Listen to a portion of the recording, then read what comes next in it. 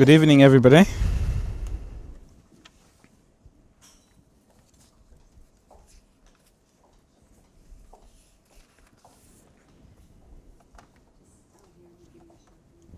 Okay. My name is Mutani. As Mutani Yangwe has been introduced, I am from Tanzania. I've been living in the UK nearly 5 years now. I moved here 2013. Before I came to the UK, I was running a charity in Tanzania, working with street children in Tanzania, where I was the founder, and we did some incredible work. After nearly 8 years, I moved here. I retired from learning in Tanzania, but the work is still going on in terms of how you guys can involve, if you are even in Tanzania, how wherever you are from, how we can get involved back home. So I started something there.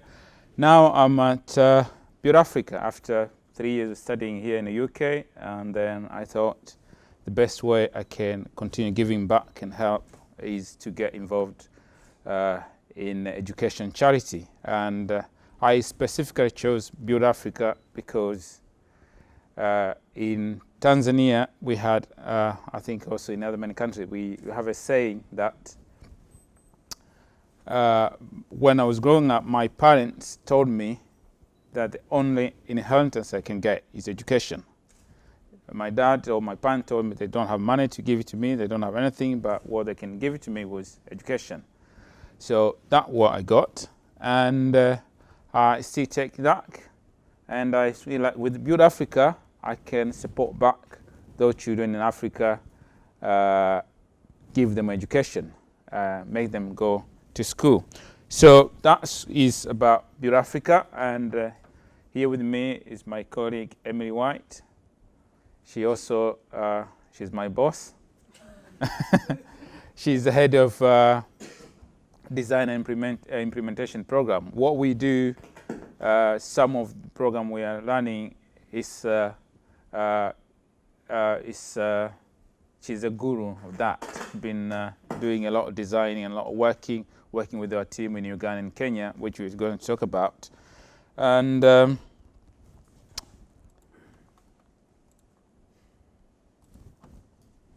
also, I'm very pleased that Hilary and the team have invited Build Africa to this evening, this evening, to talk about what we do and what Build Africa is best at. That is the education program that we are running across Africa. Now,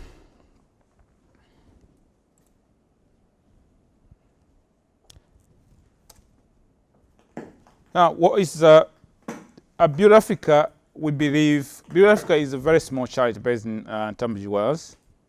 It's been existing for nearly 40 years, as the president have said here, and we do a lot of quite different programs.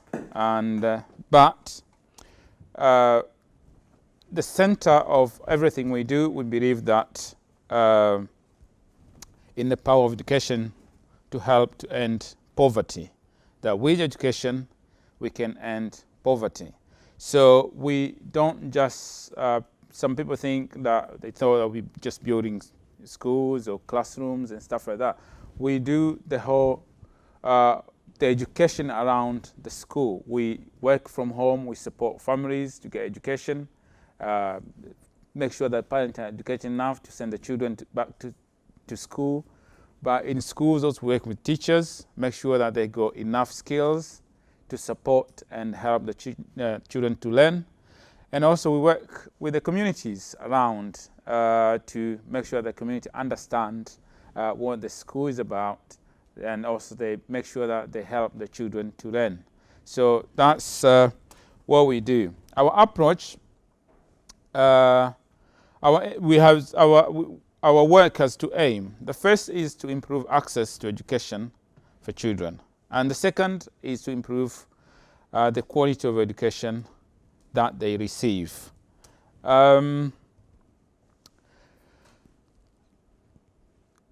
If you have noticed, there's two things there that we make sure that it's education and the quality of education. That's what we emphasize. And through that, we make sure that no child is denied education. And education, every child in school gets a chance to learn, and every child leaves the school with the skills they need. It's not just a child going to school and learn how to read and write. I remember my time there when I was studying, when I was doing my primary school. It was tough. I didn't just go to school to learn. I remember I used even to dislike some of the subjects and some of the teachers in school because I was beaten at school because I didn't understand if I didn't do well at math badly. And it was the same even in secondary school.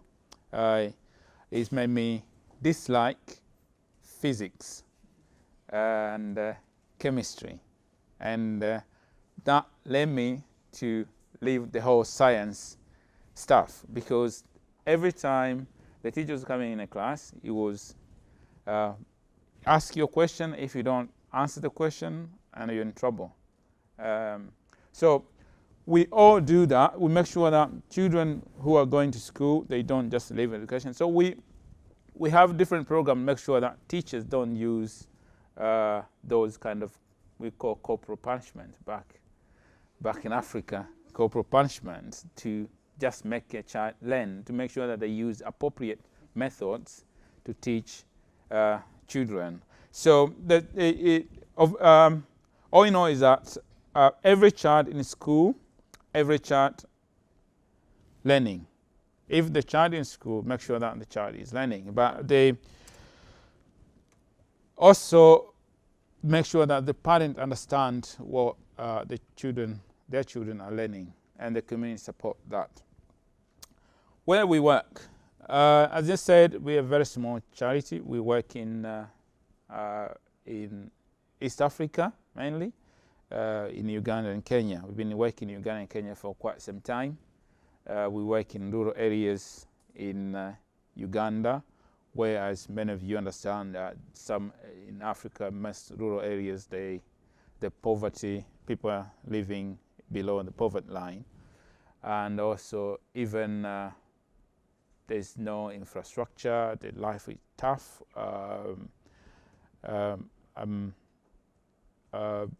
Things like FGM that you're going to talk about, they all exist. Early child marriage exists. So those are areas we've been trying to support and working with the local communities. Our solution is community-centered. We begin with the problems, solution, and system that we design the system that is owned by locals. We don't just turn up in Uganda or Yam in Uganda or Kwale in Kenya and tell them what to do with their children, what to do with the education system. Because the government, the education system existing, what we do, we're trying to help work with the locals, the community around, the local leaders, the teachers, trying to make sure that they get what they need or what is missing within that education system or within the schools. If it's infrastructure, for example, we make sure that everything is the local community understand and they make use of it very well. Especially, for example, if teachers are not attending classes, how can the community help to make sure that teachers are attending classes and teaching children the right materials? So things like that, that's what we do. Let me briefly talk about an overview of the diaspora power, their power and influence in Africa development. You can see the number of the African diaspora in the UK is over 2 million, which is 3% of the total UK population. But you got a big number in the US and in Brazil Brazil also is not just black, but when you add with the other numbers, the population is high. You go to, if you add with other diaspora, you go to 55 million.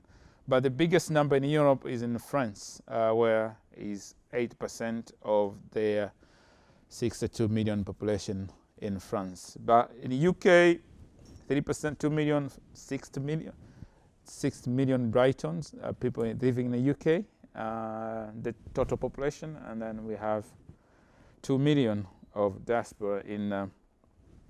So what power do they have? Globally, the funding power of diaspora, the migrants, people like you guys, me, what you pay here, what you bring, what you send back home. Let's talk about what you send back home is 40 billion US dollar. That's what you send home. I don't know, like, yesterday I got a text from my sister.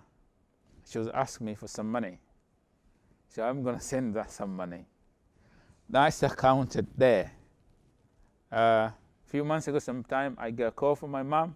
Said, can you send me some school fees for your sibling? So I do that. We do. We send. That's the culture we have. So that's how much we contribute. Whatever you are sending, wherever you are from, that's how much you contribute. And this money, it ranges from donating to charity, or paying school bills, or supporting agriculture. That's what we do. But the amount that we invest outside Africa is 53 billion US dollar. That's what our money we spend. Like the money that I don't send, I just invest elsewhere is 53 billion. So if that money goes back to Africa and support the development, that is a huge chunk of money. The US government doesn't spend that money to Africa. I think I was looking some data. It's less. If they give is 1 billion, and that is split, that goes with the conditions, a lot of conditions to fund. So, but that's how much we do. These amounts play a very important role in supporting the incidence of severity of poverty. For example, the funding that we send, they help, as I've said, help in education, in agriculture, health services, in infrastructure, and advisory services like access to finance. We got the people in Samsara now, they use a lot of M-Pesa, transferring mobile money, transfer money. It's an easy way of doing that. So they do all that kind of services. And these services help the people there to access free healthcare, for example, healthcare, for example, and education, as I've said. And also, at this point, charities like Build Africa also is chipping in. Build Africa also is putting in those efforts to support. And that made me alive to how we are engaging the diaspora community. So, hi everyone. As you can see my title, I'm going to be talking about African women in particular. As Africans, let me ask a question. Anybody can answer, really. What's your goal in life? Anyone, a man or a woman? Anything. It doesn't have to be very deep, but like, to succeed. What about a woman? Yes? To be happy. Okay. You see, we all have different interpretations of what success would be. For her, it would be happy, and he said it would be succeed, but I don't know in what terms. However, many women in my culture, the Korea culture in Musoma, we're in the northern of Tanzania, northeastern of Tanzania. Many women don't have this kind of mindset. You ask them what your goal in life is, and she will tell you that to get married and to raise children and to be a good wife for my husband. That is their main goal in life, literally. So for us to have an opportunity to explore, to meet different people, to get out of our towns, we have different mindsets of what we want our lives to be in the future. So in my career, basically, you would find if you ask a 12-year-old that question, she'll tell you, oh, I want to grow up, because once you're 12, you have to undergo the process of FGM, whereby they mutilate your genitals, and that process will be like, oh, you're now a woman. At that point, you become a woman, and many girls are looking forward to that point, because you get taken to a different area, you get to sit with older women who are telling you about life, who are teaching about how you can cook well for your husband, how you can be a better wife, how you can know how to wash clothes, all that. They teach you all that. And an 11-year-old will be looking forward to that day when she turns 12, so that could happen. So they don't see anything beyond that. And they know after that thing has happened, after they've gone through that process, now they have to sit down and wait for the perfect man to come, pay the parents money or cows, and then she gets stripped away and she goes lives with him. So like the thing is that in Africa, most of African families have this mindset that once a girl is married, she becomes the husband's family's property. You don't belong to your family anymore. And even in this modern day, people still think like that. Like, if I'm gonna get married, like recently I was speaking to my relatives, and I was telling them about how I do not agree with that. And they were like, but you're gonna be your man's property. And I said, no, I would choose when I wanna go visit my mom whenever I want to. Because for them, you're married with your husband, you cannot go back to your family home. You need to be spending time with your husband's mom. You need to be cooking for her, helping out with everything. So they found that very odd that I would have this different kind of thinking. And I've been trying to explain to them that things don't always have to be like that. Like, you can still get married and choose where you want to go live and where you want to go visit and stuff like that. So for women in Tanzania, that's the first step. Like, you get through that process of FGM, and then you sit down and wait. You don't see anything beyond that, because most girls they finish grade 7 at like 17. So then when you finish grade 7 at 17, you wait for the man to come get you, and then you go live with them. So they don't have that mindset that I need to do something for myself. I need to go study. I need to make money for myself. But I have to wait for a man to come and rescue me from that. For me, I think that's a stigma. Like, a woman is nothing without a man's help. That's a lie. Like, you can still be anything that you want to be without a man holding your hand, without a man supporting you, without a man giving you money for you to get where you are. Most African women do not understand that because of how we were raised, and they don't get to understand that, oh, I can actually be successful more than that man. I can be way more successful more than my brother. Because in families, brothers will not allow you, a younger girl, to be way more successful than they are.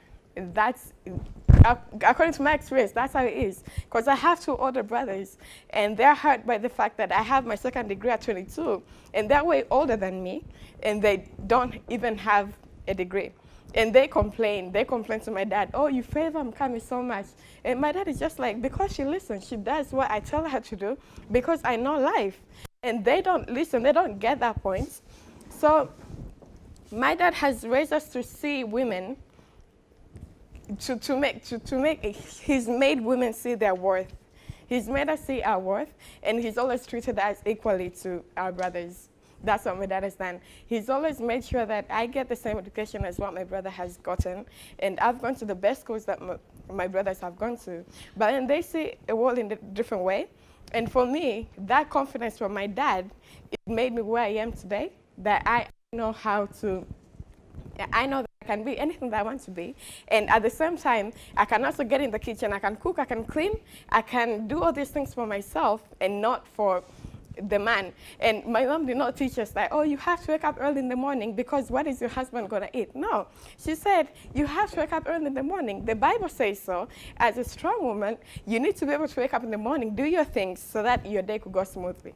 She always said that if you're accomplished to make your bed, the first thing that you do in the morning, you have completed everything that you're supposed to do on that day. So that's the rule that I always went by. So you wake up, I do my things, and I go on with my day. I don't have to sit there and be like, oh, I wasn't worried that if I ever get married that I'm not going to know how to cook or how to clean, because I knew that because my mom taught me how to do that, so that when I'm on my own, when I came to England, I never had that problem because I knew to do it for myself. And that's what we need to start speaking to other girls about. Like, you need to start doing things for yourself and stop waiting and waiting that, oh, I'm going to meet the right person and I'm going to start doing these things for him. It doesn't work that way. And that's something that my family has been doing. My father and I, we've been funding the Tanzania Women's Chamber of Commerce, and we've been helping them build schools, basically, girls' schools in Tanzania. And right now we're in the process of building a girls' school in my home village. And many children are coming forward. We're educating them on how you don't have to go through that process, the hurtful process, for you to be complete as a woman. We teach them at a very young age that you need to start taking charge of your own life. You need to start seeing yourself as something and not less than a man. And my mom has tried to make us see that you and your brothers, yeah, they're older than you, you're younger, you're a girl, they're men, but then at the same time, if you're going to be doing chores, everybody gets assigned to a certain task. She makes my brothers come to the kitchen and cook with us because she doesn't want a man who will just be dependent on a woman. She always tells them that, what are you going to do if your wife can't cook? So are you going to starve? And they just, right now they're learning how to cook and stuff like that. So she's kept that equality thing that if a woman can do it, a man can do it. And if a man can do it, a woman can do it way better. That's all what she always says. So we try, the Tanzania Women's Chamber of Commerce, we try to educate women. And if a woman comes with an idea, she wants to be an entrepreneur, and she does not have money, the women in that community, we all give some part of us, some part of the money that we have, so that they could go and accomplish their goals.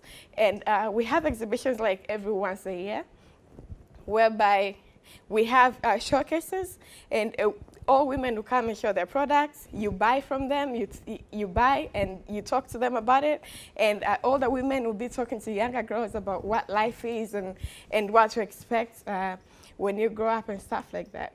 And so far we have like 100 different companies owned by women who have joined that organization, and 1,000 individuals coming from different parts of Tanzania to just see what other women are about. And that thing is what makes me happy, to know that other women can actually try and be something better for themselves and build a career for themselves. And we don't really have to depend on anybody else to do that. So as a woman, what have you done to help another one succeed? I mean, even if it's going to braid your hair to another woman, you give her money, you give her the motivation that, oh, I'm actually good, so I can do it to somebody else. Like, the little things do count. What you do, no matter how small it is, it gives the other person the initiative to go on and continue doing what they should be doing. And that's it. Hello, everyone. My name is Dr. Johnson Sango, and I'm actually an alumni from Kent. So I went to Kent as well, and I still live in Canterbury. I'm the Director of Operations of Books to Africa. I'm glad he's giving you all the data so I don't have to, okay? Because I don't actually have any slides. But what I want to talk to you about is my experience as a Nigerian, okay, who came from Nigeria to study in the UK here in Kent University. I ended up doing my master's here, my PhD here, graduated, started Books to Africa, and I'm still working on Books to Africa today, okay? So in a sense, it's been a journey, you know, that right now I'm able to reflect and just think back, you know, did I ever see myself being here? I mean, obviously it's not as perhaps, I mean, if your charity is small, ours is tiny, you know. But so it's definitely not the biggest charity in the world. It's only about 4 years old, okay? But I feel like, because I've been on this project for the last 4 years, I feel like it's been forever, okay? Because I've seen it grown from, you know, just an idea to a website, to a Facebook page, to campaigns, to, you know, going on the streets and putting posters on campus, and all of a sudden seeing people respond to, you know, every action that we were taking, and then from there registering it as a charity, doing accounts, getting a warehouse, getting the lease, you know, getting payments, and all that kind of stuff, which in a sense has made me a better person, I suppose. It's made me a better leader, maybe. I'm not a leader as such, but at least I like to think that, in a sense, I'm a better person, a better individual, a global citizen, perhaps. So anyway, I recently just got my British citizenship as well. That was just last 2 weeks, okay? Thank you. Just in case. If something happens in Nigeria, I can just stay here. You know. So I'm pleased about that. But, you know, when I went to Ramsgate, was it Ramsgate or Broadstairs? Well, anyway, one of the places in Kent where you have the ceremony, you know, you go there and there's all these other people who have all gotten their citizenship, you know, and you have to kind of say an oath or, you know, do a pledge of allegiance and, you know, take photos with the, you know, posh people there. And, you know, it was quite interesting, but it got me reflecting about kind of how I got here. You know, when I came to the UK, it was never my intention to become a British citizen. I'm a bit like this guy, the gentleman, Joshua? Yeah. Jeremiah, what, you know, from Africa, how, you know, very passionate about Africa, very passionate about learning, going back to Africa, making a difference, building Nigeria, making it a great country. So I guess I had mixed feelings when I was being given the British certificate, and I was thinking, what does this mean? Does it mean I'm no longer Nigerian? Does it mean I can now sort of forget about all the troubles back home and kind of just move forward into the British dream, whatever that is? You know, but deep inside me, I think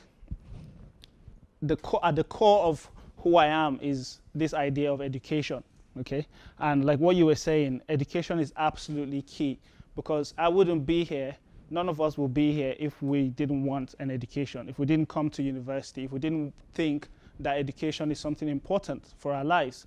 And my parents were a bit like yours, you know, the emphasis has always been education.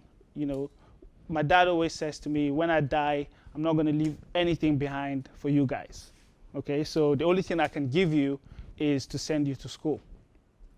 So that has always been kind of like the mantra in my family, okay? And of course, I went to school in Nigeria, so I went to a sort of a police primary school where, you know, all the kids of police officers go to Nigeria. So it was kind of, you know, an interesting place, okay? And then from there, I went to a Catholic secondary school. Okay, so we had to do the rosary and the mass every day, you know, wake up, cut the grass, you know, get flogged, corporal punishment, you know. So we did all that, okay, and I remember when I was, you know, halfway through secondary school, I used to write letters to my parents. And when I write those letters, you know, about like, kind of, you know, like get me out of here type letters, and then I would like cry, you know, and I'll put my tears, like I'll drip my tears on the letter. And then just to emphasize the point, I would then highlight the tears, you know, just to say that, look, I'm suffering here. You need to get me out of here. But anyway, my dad, of course, was a very kind of disciplinarian. So he was like, you know, stay in there. You're going to be a better man. You'll be strong, you know, go through it. So I did. And I'm pleased I managed to graduate from secondary school. Went to university as well in Nigeria. A private university, because in Nigeria, most of the public universities, you don't finish on time. Okay, that's just the fact. When you go there, your degree is supposed to be done in 4 years, but you end up doing like 5, 6, 7, 8 years because they go on strikes. You know, the lecturers don't want to turn up because they don't get paid enough. And so many issues like that that kind of just drags on, you know, so your dream, your life just kind of stays on hold. So going through all these kind of difficulties, and my parents obviously said, you know, you're not going to go to a public university. We want you to go to a private university, which was, again, a Christian university, but a 7-day Adventist university. I don't know if you know about 7-day Adventists, but they're kind of about worshiping on Saturdays, and, you know, you don't eat meat and you don't wear earrings and all that kind of stuff. Anyway, so I was exposed to all of that, and I remember when, you know, I think back then the internet was kind of new, you know. So we used to go to the cyber cafes back then. It's so funny. I mean, anyway, so, you know, computing was something very interesting to me. So I used to, like, you know, during my spare time on my holidays, I would go and do a computer course, and I would learn JavaScript and HTML and all these little things, even though I was actually a student of history at university. Anyway, so during my days of browsing the internet on Yahoo chat rooms, I don't know if you guys, wow, no, nobody remembers. Wow, okay, yeah, one person. Okay, so we used to go on Yahoo chat rooms and chat those days, you know. So anyway, so as I was chatting, browsing the internet, you know, I managed, you know, I don't know why, but I just thought, why not just apply for a master's course or something, check out what's available out there. So I was looking out and, you know, checking universities, and obviously my degree was in history, so I was wondering what could I do with history. Anyway, so I had to look around and ended up applying for international conflict analysis masters, because it sounds cool, you know, international conflict analysis at Kent. So, and I got the admission, of course, and I took the admission letter to my dad, and I said, you know, Dad, look, I've got this admission. And he said, wow, that's really good, you know, and I was just in my 3rd year as well. So he said, yeah, we're going to do everything we can to send you there to make sure you do your masters. And indeed, they did. So I'm pleased about that. Came over to Kent, of course, met my people here, started going out and hanging around, of course, you know, checking out the town, as you do as a student, you know. And I was here in Kent. I mean, I've seen Kent change. You know, so many buildings have come up and so many people have come and gone. But it was strange for me because coming to the UK for the first time, you know, I kind of missed home and I missed the food and my friends. But I just felt like, what am I doing here? I'm just in the middle of nowhere. Of course, there were a lot of African people around, which helped a little bit. You know, when I met Nigerians or other people, you know, I felt a bit, you know, close to home. But it took me a while, you know, especially after my master's, and I just wanted to go back home straight away, you know. But my supervisor then advised me to apply for a PhD in the Department of Politics, School of Politics now. And I did, and got the admission, and of course decided to then do the PhD. So in the course of my PhD was when this came along, okay, the idea of Books to Africa. And basically what it was I'd been in the UK for about 2 years or 3 years, and I went on a holiday to Nigeria, kind of just to, you know, have some egusi soup and, you know, some gari.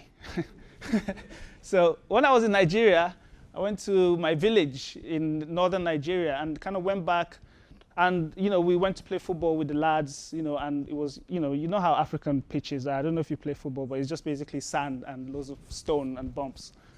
So anyway, we were playing football, and the changing room was a classroom, because this was the football pitch of a secondary school in my village. So we went into the classroom to change. And in this classroom it just hit me. Wow, so this is actually what somebody is going through.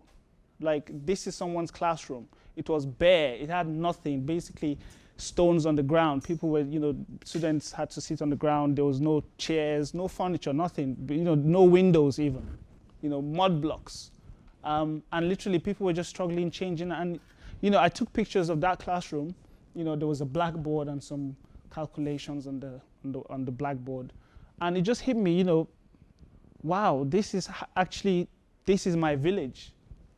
This is where most people are going to go to school.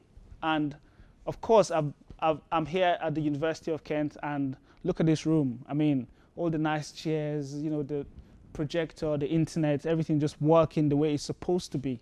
right? And of course, some of us don't even appreciate that because we don't know the reality of what's going on in Africa, the fact that people have to go to school in the worst conditions you can ever imagine, right? And not just that, because in Africa, that's the issue. Once you find one problem, you begin to find problems everywhere, right? Because first of all, there's no furniture. And then you find out that the students have no books. And then they have to walk like an hour every day to school and back, because there's no transportation. And then you begin to find out about their families and where they live. And I visited some of the students, and their homes is just unbelievable. Some of them sleep on the floor, So you just realize that poverty has eaten up Africa. It's like a cancer. It's so terrible that it affects every aspect of their lives, from education to healthcare to FGM to everything you can think of, right? So what's the solution? What can I do?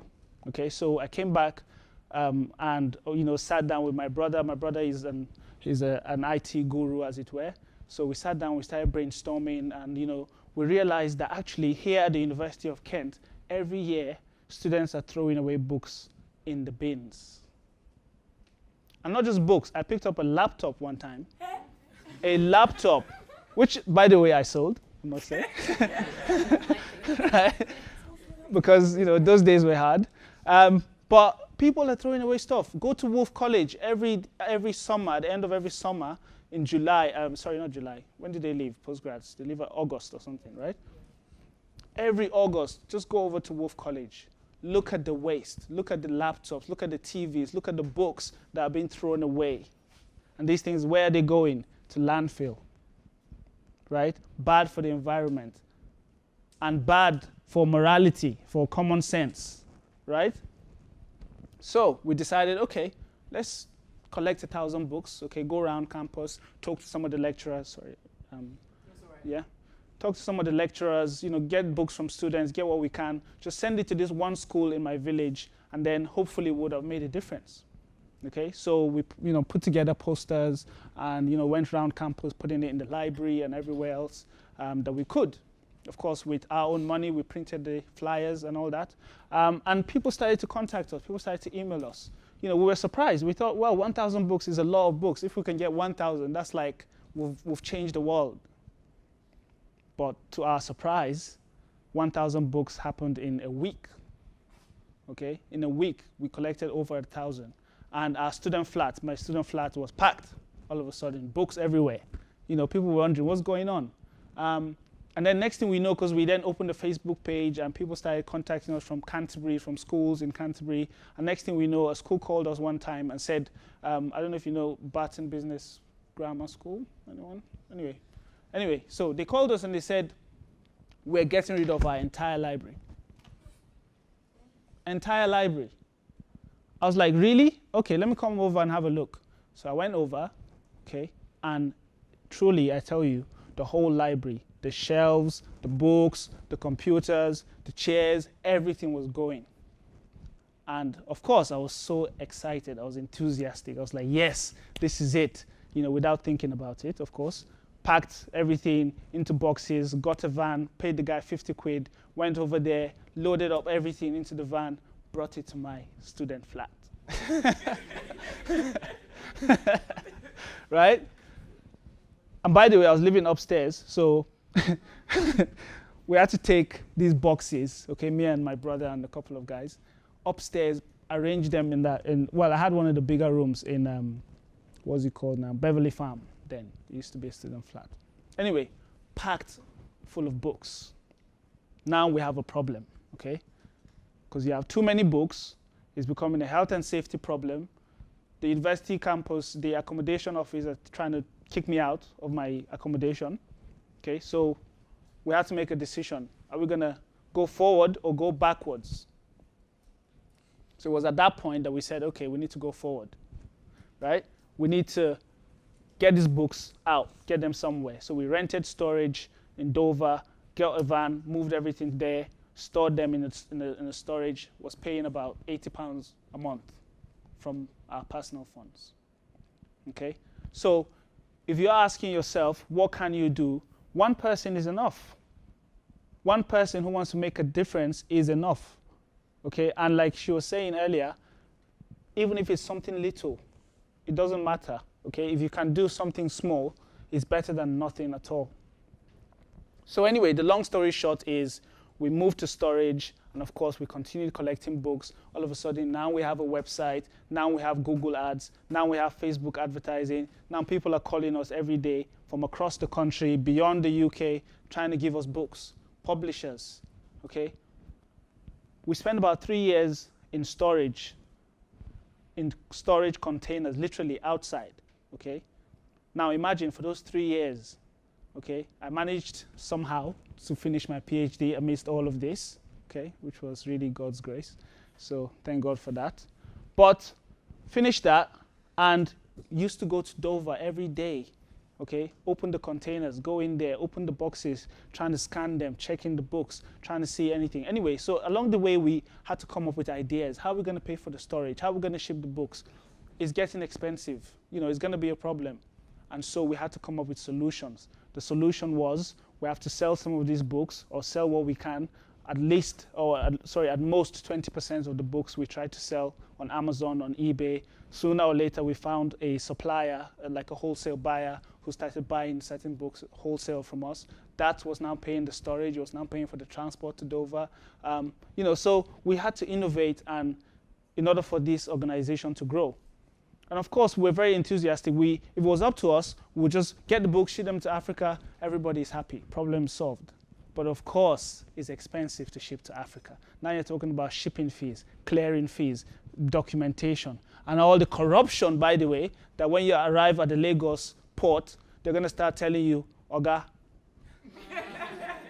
you understand? Drop something before you pass, right? And so when you start meeting all these challenges along the way, do you give up? Do you stop? Do you say, well, you know what? Nobody asked me to send books to Africa, right? But if the problem is really a burden on your heart and you really want to do something about it, you have to find a way forward. And that's what we've been doing with Books to Africa. Today, we've shipped over there, as you can see, 657,000 books so far.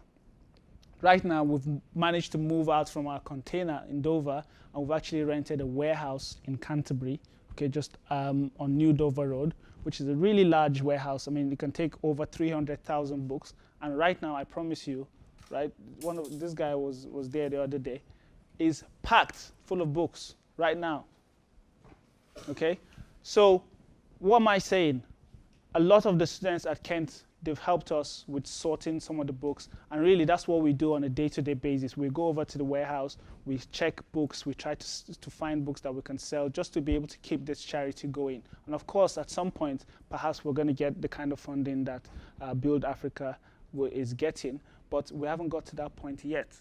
But of course, we're not going to give up, okay? Because for us, if we can get a book to Africa, to somebody, a child, sitting in that classroom, it doesn't matter if he doesn't have furniture anymore.